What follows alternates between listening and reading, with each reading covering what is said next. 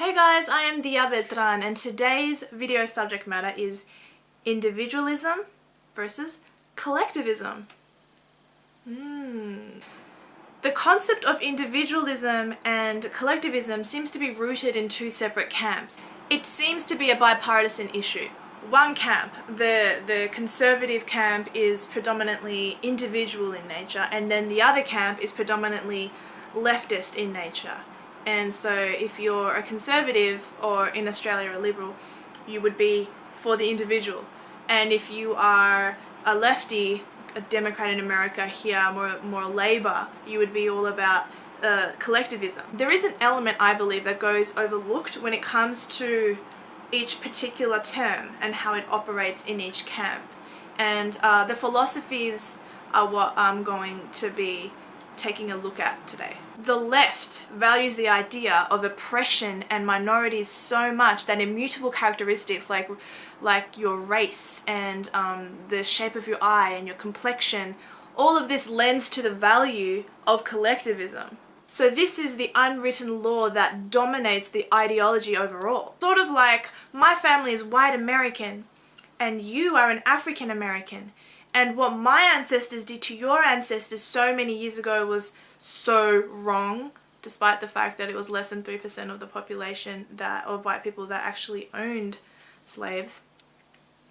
But anyway, and so in all of that, these woke white people go, well, I'm on your side because you must be suffering today for what happened over 150 years ago. So because of what happened over 150 years ago to your great-great-great-grandfather, I'm going to treat you special. That's a version of collectivism. Now, you owe me some money. Okay, you owe me reparations. Absolutely. Why is that? Because every freedom that I have and have taken for granted for my entire life has been made possible by wealth that my ancestors stole. Uhuru. Good. Uhuru. Uhuru. What your name is? Jackson. Uhuru Jackson. You owe me reparations. I do. The trouble with viewing the left as only collectivist is that individualism does seep through. An individual is required. I mean, one must acquire the overall objective for that specific collective. We shun the plurality of these collectivist groups as they are so dogmatic in their idol worship.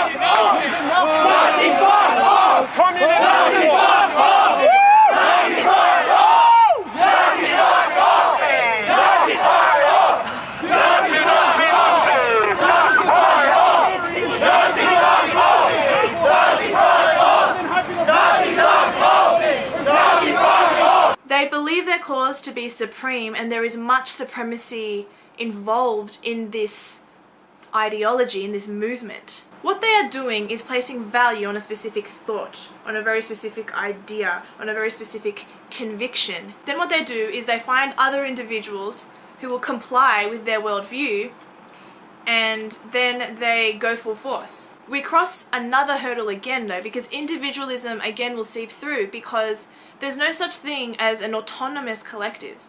An autonomous collective can't exist because it doesn't matter how hard you try, people will still have different thoughts and different ideas, even though they've been indoctrinated to believe the fundamental foundations of what makes that collective function. But there are obviously individuals who they sort of run like an autocracy, right? And so there are people at the very top who still hold power over the overall collective, and so there's still individualism attached to this collectivism. Then we have collectivism on the right, which does exist, but it functions in a very different manner. It is more of a shared value. So collectivism on the right works more in the concept of, say, something like patriotism. Being patriotic in the country that you come from. That's a shared value, and it's a collective that believes in it. It is also a collective that believes in Christian values. You don't have to be a Christian to believe in a Christian Judeo society and the benefits that it brings to a society. That's a shared value, and it's collectivism. The difference is in how it is executed, as the significance in the thought of the individual does not override that of the fictional autonomous collective. The shared values comprised of a group with variations on the initial conviction. The collectivist position seems to be predicated on the ethos that the goal of the group overrides that of the individual. The individualist position is predicated on the ethos that the goal of the individual overrides that of the collective. The issue that I guess I take is that for a collective to exist, individuals had to individually make up their mind to join this particular movement. So individuals and individualism is still very much a part of the collective. And the issue I guess I take with the individualist position is that no individual can really be heard because it takes a collective to really make some sort of effect and change in a Western society. See where I'm coming from? The good thing is that on the conservative side of things, the autonomy of the individual still does stay intact, and the autonomy of an individual on the left doesn't. You're probably just thrown out for being an apostate and for, thinking a little bit differently. They're probably very restricted and confined and don't feel like they can voice their opinion. Theoretical economist Ludwig von Mises stated the following on methodological individualism, and I quote, "Individualism denies the ability of any collective to exist in an autonomous manner independent of the individuals who compose it. Those who favour the collectivist position assert an independent existence to their collective in order to justify the elevation of its goals."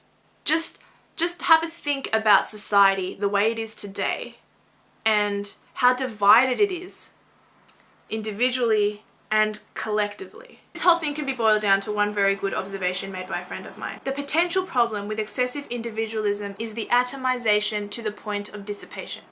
And the potential problem of excessive collectivism is the danger of totalitarianism.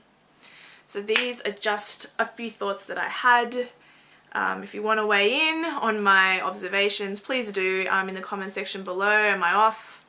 Am I on to something? Let me know.